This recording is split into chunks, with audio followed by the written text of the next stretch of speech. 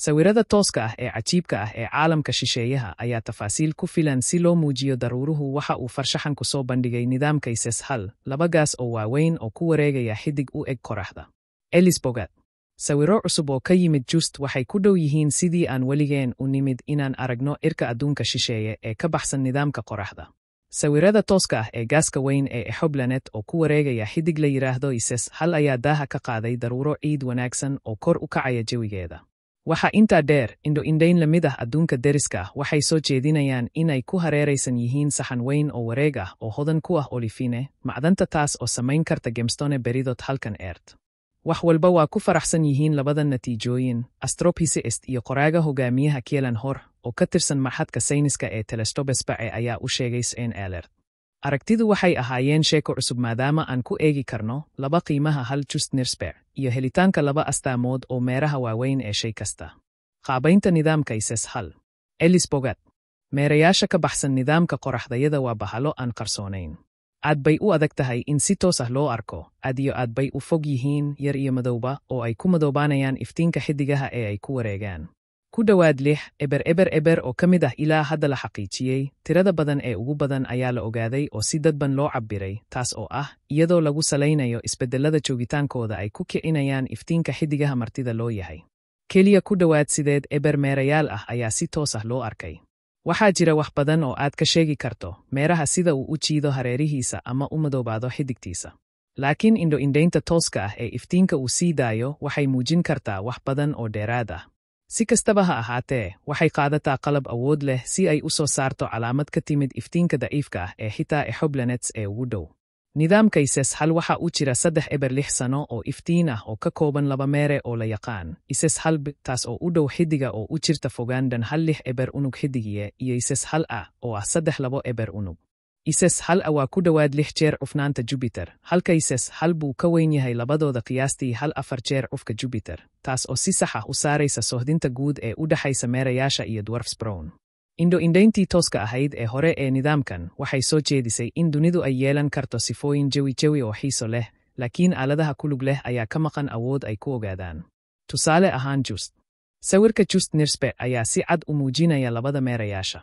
Qalabka Nirsper ee Just waxaan awoodnaa inaan helno sawirada meerayaasha kumanaan mawjadaha hirarka ah hal mar. Sawirada waa la dhimi karaa si loo soo saaro spectra, taasoo ah iftiinka kulaylka ee ka imaanaya meeraha laftiisa, Hor ayaa sharaxay. Marka uu iftiinku dhex maro jawiga meeraha exoplanet, qaar ka mid ah iftiinka ayaa la nuugi doona molecules oo keena dhalaalka meeraha. Tani waa sida aan awoodno inaan u sheegno waxa jawiga ka samaysan yahay. Natiijooyinka. Xogta spectralka ugu faahfaahsan ee nidaamka meeraha badan ee la soo ururiyey ilaa maanta. Labada exoplanets, cilmi-baarayaashu waxay muujiyeen caddaynta biyaha, carbon monoxide, carbon dioxide iyo metane ee jawigooda, kuwaas oo dhammaantood ah qaybaha jawiga caadiga ah. Waa meesha ay ku kala duwan yihiin in arrimuhu bilaabaan inay xiiso yeeshaan. U fiirsashada nidaamka ee hirarka dhaadheer ee infrared ee kala duwan. ISIS hal a waxaan aragnaa waxyaabo badan oo molekula ah oo ka yimaada biyaha, carbon dioxide iyo carbon monoxide iyo metane. Mawjadaha dhaadheer waxaan aragnaa nuugista ay keento qaybo silicate ah, kuwaas oo leh qaab muuqaal ah oo kala duwan, ayuu yiri Hor.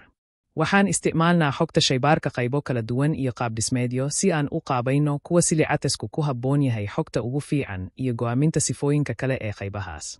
Qaababkayadu waxay muujinayaan in ay jiri karaan qaybo yaryar oo silicate ah oo sareeya oo ku jira jawiga, kuwaas oo ku jiri kara xaddi yar oo bir ah oo roobka ka daaya daruuraha.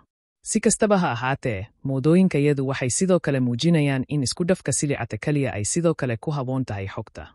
Sifada muuqaalkan oo kale laguma arag ISIS hal, laakiin wax kale ayaa soo baxay. Saxeexa hadhuudh yar oo olifine ah oo ku jira saxan ku wareegsan exoplanet.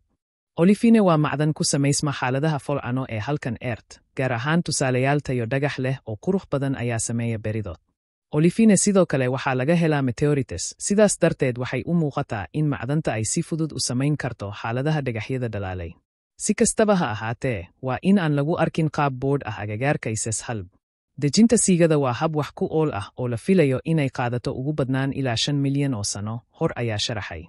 Nidaamka ISIS hal waxaa lagu qiyaasaa inuu jiro ilaa 7 milyan oo sano.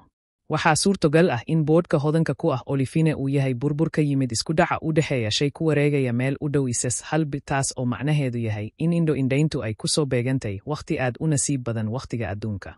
Labada nooc ee natiijadu waa kuwo cajiib ah. Waxaan rajaynaynay inaan ogaano daruuraha jawiga ISIS hal maadaama noociisa muuqaalku yahay mid la aaminsan yahay inuu leeyahay jawi daruuro leh.